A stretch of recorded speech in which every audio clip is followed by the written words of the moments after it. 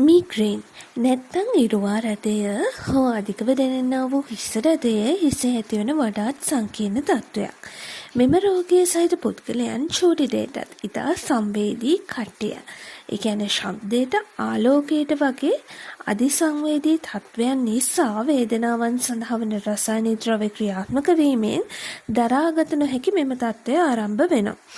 රෝග ලක්ෂණ විදිහට වමනය, හිසේ පැත්තක තද කැක්කුමක්, කනේ ඇතුලෙන් නැගෙන ශබ්දයක්, බෙල්ලේ හෝ උරහිසේ වේදනාවක්, ඔක්කාරය, අධික ශබ්දයට දැඩි ආලෝකයට මුහුණ දීමේ අපහසුවක් දකින්න පුළුවන්.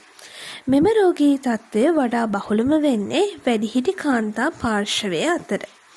මිග්‍රේන් තත්ත්වය වැඩි කරන සාධක අතර චොක්ලට්, අව්වේ ගමන් කිරීම, අධික ශබ්දය, රටකජු වගේ ආහාර භාවිතයත් පවතිනවා.